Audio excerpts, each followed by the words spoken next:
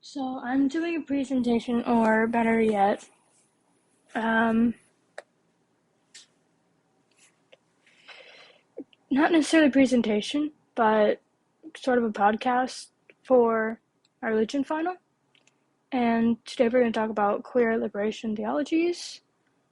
And necessarily, when I meet someone and I want to tell them about what queer liberation theologies are, it's essentially how the Bible is mainly perceived as something that's not for everyone.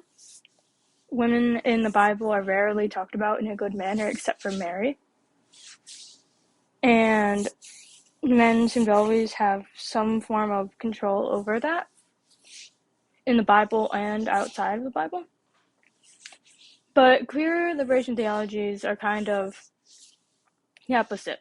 It's a specific way of viewing the Bible and Christianity so that not only is LGBTQ plus community actually not only represented, but it's part of the Bible. And it's accepted in the community that way. And there's not necessarily an overly threatening, male kind of process. And roughly it's the exception of everyone everyone and anyone in the community.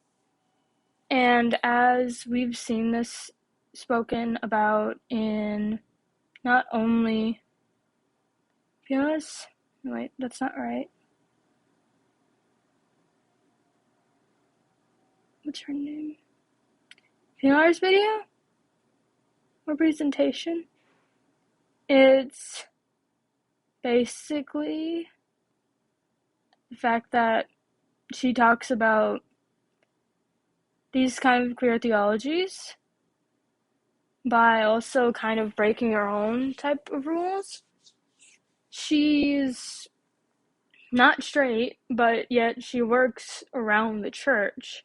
And typically in Catholicism, or really any sort of religion, women and people of LGBTQ plus community aren't generally around. And she also mentioned that the church isn't what it used to be, and it's breaking away from what it was a while ago. And it's impressive to not only find out, somebody who is not straight is in the church, and the church hasn't really done much about it. Not only that, but she's spoken towards the fact that, yes, the church hasn't been what they've needed to be for a while. And it's not necessarily a surprise. But it's still good to hear from an adult perspective who's been in the church. And then a part of Reverend Margarita on queer liberation theologies, she brought up the fact that a lot of what Christianity actually was, where it is today, and necessarily how it got there, why it is the way it is today. Roughly, she said that Christianity came over here with Europeans who colonized everything, and it was a form of oppression. And it evolved from there. It still has its oppressive roots to it, of course, but it's not as easy to see. She also mentioned that it's been a very long time that churches have really gotten to look at that part of, well, not really that they've gotten to, that they are forced to, because a lot of churches, I think, don't want to look at the darker side of that. Because it's scary, knowing that, oh, yes, I don't treat this person fairly because this, that, and the other, because I have flaws and issues. While everyone else is just kind of like, well, it doesn't matter if you don't want to look at it. It's what needs to be fixed. But she also covered the fact that without that kind of oppression from Christianity, then the LGBTQ plus community wouldn't have thrived where it's been today. As long as Christianity and other forms of religion exist, there's going to be outliers and people like the LGBTQ plus community, those who go against the norm. And it's not really a surprise considering humans are all very diverse, not only in skin and mind, but also religion. And I think what's important for a lot of people to know is that queer liberation theologies are for the people. It's not to say, you can't do this, and this is wrong, because mainly it's just about people being human. It's okay to be human and have desires and want to do things.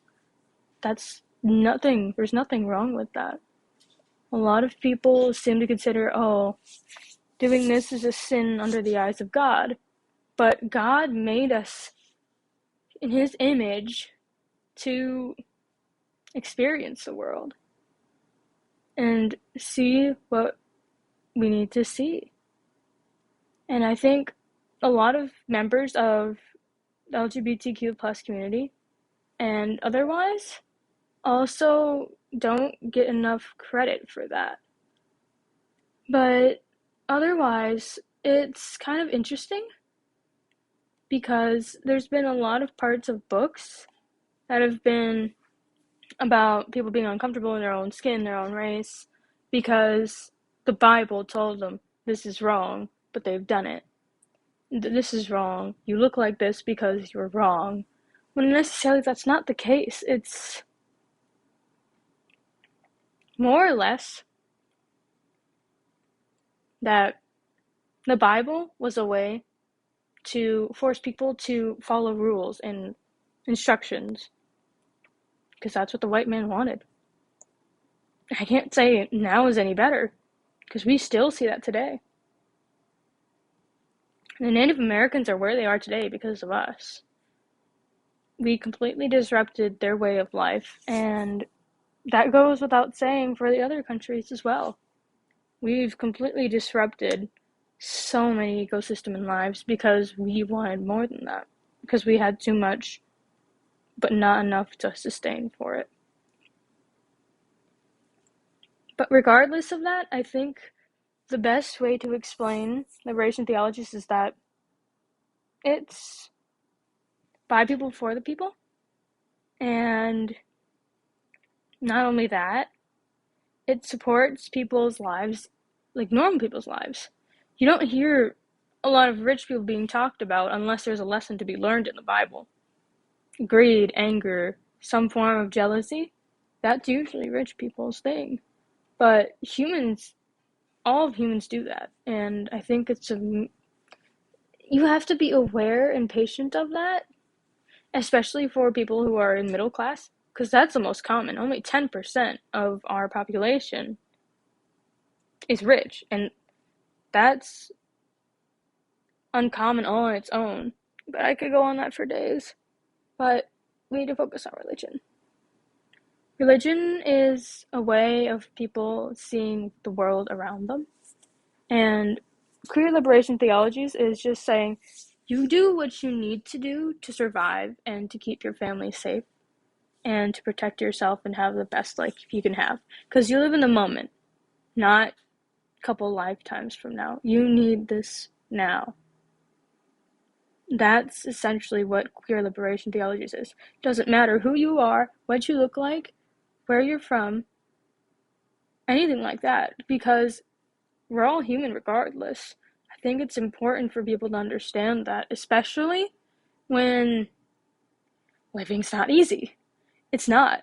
And I don't like it when Christianity makes it like a test, because, oh yeah, God's testing somebody, as my roommate likes to say. God, I am not your strongest soldier. Do not test me. Because honestly, if God really wanted us to be tested, I don't think it would be in the way of a white man.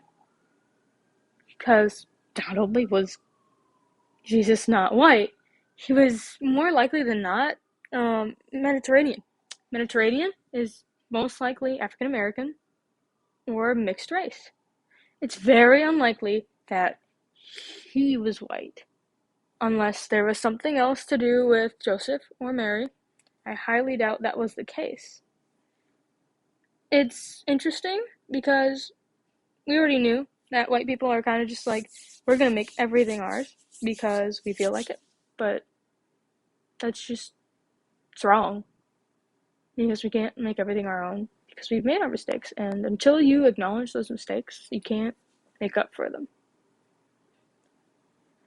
Anyway, I think what's important, especially for most people who are new to the subject to understand, is that liberation theologies, especially queer liberation theologies, is just the acceptance from not only God, but from the people around you, and accepting that you are human.